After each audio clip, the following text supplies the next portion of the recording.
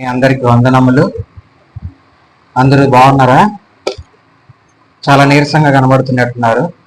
అయితే ఈరోజు దేవుడు మనకిచ్చిన అంశం ఏంటంటే ప్రార్థన. ఏంటి ప్రార్థన? ప్రార్థన రెండు విషయాలు మీకు గుర్తు చేస్తాను. ప్రార్థన, వాక్యం. వాక్యము ఎలాగనంటే, వాక్యము మనం చదివితే మనకేమొస్తుందని అంటే, మనలో ఉన్న బలహీనతలన్నీ దేవుడు తీసివేస్తాడు, మనల్ని ముందుకు నడిపిస్తాడు. అదే ప్రార్థన ఏం చేస్తుందంటే, ప్రార్థన దేవుని దగ్గరికి మన మాటలను చేరవేస్తాడు. రెండు విషయాలు. వాక్యము ఎలాగనంటే, మనం ఊపిరి పీల్చుకుంటాము లోపలికి. ఊపిరి ఎలా పీల్చుకుంటాము? ఇలా పీల్చుకుంటే వాక్యము అలాగే మనం చదివింది మన హృదయంలో ఉంటుంది. అదే విధముగా ప్రార్థన ఎలాగంటే, మనం గాలి వదులుతూ ఉన్నామా? ఈ రెండు ఎంత ముఖ్యమో మన జీవితంలో కూడా వాక్యం చదవడము, ప్రార్థన చేయడం కూడా అంతే ముఖ్యం. అయితే ప్రార్థన అనే అంశం గురించి దేవుడు ఈరోజు మనతో మాట్లాడుతూ ఉన్నాడు. ప్రార్థన అంటే తెస్సలోనికి రాసిన పత్రిక 5వ అధ్యాయము 17వ వచనంలో ఉంటది. ఎడతెగక ప్రార్థన చేయుడు అని ఉంటది. ఏమనుంటది? ఎడతెగక ప్రార్థన చేయుడు అని ఉంటది. అంటే మనము ప్రార్థన చేయడం వల్ల అసలు మనకు ప్రయోజనం ఏంటి? ప్రార్థన చేయడం వల్ల మన పరిస్థితులు ఎలా మెరుగుపడతాయనంటే, ప్రార్థన అనేది మొట్టమొదట నిన్ను, నీ జీవితం ఏం చేస్తుందంటే సరిచేస్తుంది. ఏం చేస్తుంది? నీ జీవితంని సరిచేస్తుంది, నీలో ఉన్న సమస్యలను తీసివేస్తుంది. నీకు ప్రార్థన ద్వారా నువ్వు ప్రార్థన చేస్తే నీలో ఉన్న సమస్యలు పోతాయి. అదే ప్రార్థన ద్వారా నువ్వేం చేస్తావంటే నీకు జ్ఞానమును పొందుకోగలుగుతావు. ప్రార్థన ద్వారా నీ సమస్యలను నువ్వు పరిష్కరించుకోగలుగుతావు. ప్రార్థన ద్వారా నీ ఆర్థిక స్థితిగతులను కూడా దేవుడు ఏం చేస్తాడు?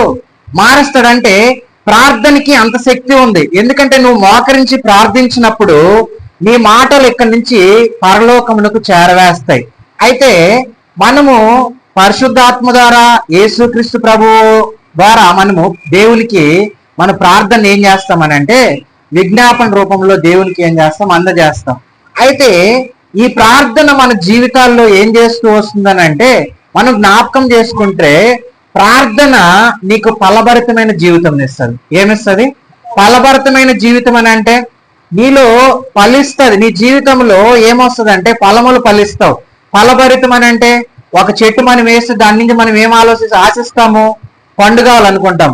అదే విధంగా నీ జీవితంలో ఫలములు రావాలని అంటే నువ్వు ప్రార్థన ద్వారా దేవుని దగ్గర నుంచి ఆ ఫలమును పొందుకోగలుగుతావు. అదే విధంగా మనం జ్ఞాపకం చేసుకుంటే ఇంకా ప్రార్థన ద్వారా ఇంకా మనం ఏమేమి సాధించుకోగలుగుతామంటే, ప్రార్థన ద్వారా దేవుని ప్రేమను పొందుకోగలుగుతాము, దేవుని దయను పొందుకోగలుగుతాము. అదే విధముగా మన కుటుంబము దేవుని ఆశీర్వాదాలు కూడా పొందుకోగలుగుతాం. దేని ద్వారా చెప్పాలి? మన అందరికి మాట్లాడతాం కదా, ఒక్క సెకండ్ అలా గ్యాప్ వదిలితే ఎలాగుంటారు? కత్తులు లేకనే మనం ఏం చేస్తాము? మాటలతో మనుషుల్ని చంపేస్తుంటాం. కానీ ఇక్కడ మాట్లాడేటప్పుడు కొంచెం రియాక్ట్ అవ్వాలి. మనం దేని ద్వారా ఇవన్నీ సాధించుకోగలుగుతాము? ప్రార్థన ద్వారా. ప్రార్థన ద్వారా మన కుటుంబానికి ఆశీర్వాదము కూడా పొందుకోవచ్చు.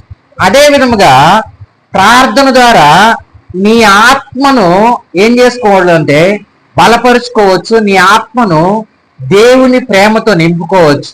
అదే విధముగా ఇంకా ప్రార్థన ద్వారా ఇంకా నువ్వేం చేయొచ్చనంటే నీ శత్రువుని జయించవచ్చు. ప్రార్థన ద్వారా ప్రతి కీడు నుంచి దేవుడు ఏం చేస్తాడంటే నిన్ను తప్పిస్తాడు.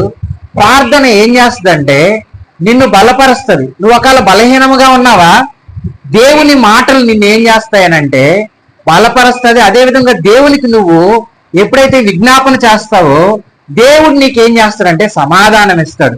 అయితే మనము ఎవరిని కలిగి ఉన్నామనంటే మనతో మాట్లాడే దేవుడు, జీవము కలిగిన దేవుడిని మనం కలిగి ఉన్నాం.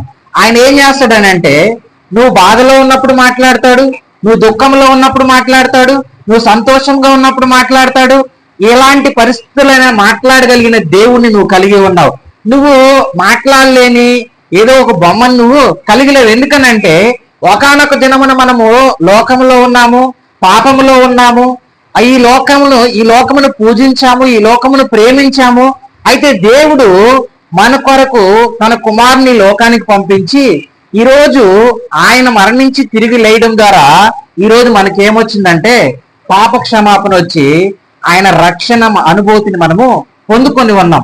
ఆయన ప్రేమను కూడా ఈరోజు మనం ఏమై ఉన్నామో పొందుకొని ఉన్నాం. అయితే మనం జ్ఞాపకం చేసుకోవాల్సింది ఏంటనంటే మన జీవితంలో ప్రార్థన అనేది చాలా ముఖ్యమైన విషయము.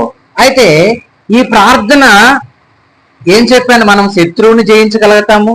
అదే విధముగా ఈ ప్రార్థన ఏం చేస్తుందంట తెలుసా, మన శత్రువు సైతము దేవుడు మనల్ని సమాధానముగా నడిపిస్తాడు. అదే విధముగా ఈ ప్రార్థన ఏం చేస్తుందంటే నీలో ఉన్న బలహీనతను తీసివేసి నీకు బలమనిచ్చి దేవుని చిత్తము నీ పట్ల ఏం నెరవేర్చాలని అనుకుంటున్నాడో దేవుడు నీ ద్వారా నెరవేర్చుకుంటాడు. అయితే సంఘం అని అంటే సంఘంలో ఉన్న వాళ్ళందరూ కూడా ఏం చేయలేరు, బోధించరు. సంఘంలో ఉన్న వాళ్ళందరూ కూడా ప్రార్థన చేయలేరు, అంటే బలమైన ప్రార్థన. అదే విధముగా సంఘంలో ఉన్న వాళ్ళందరూ కూడా పాటలు పాడలేరు. కొంతమందికి 20 సంవత్సరాలు ఏం రాదు,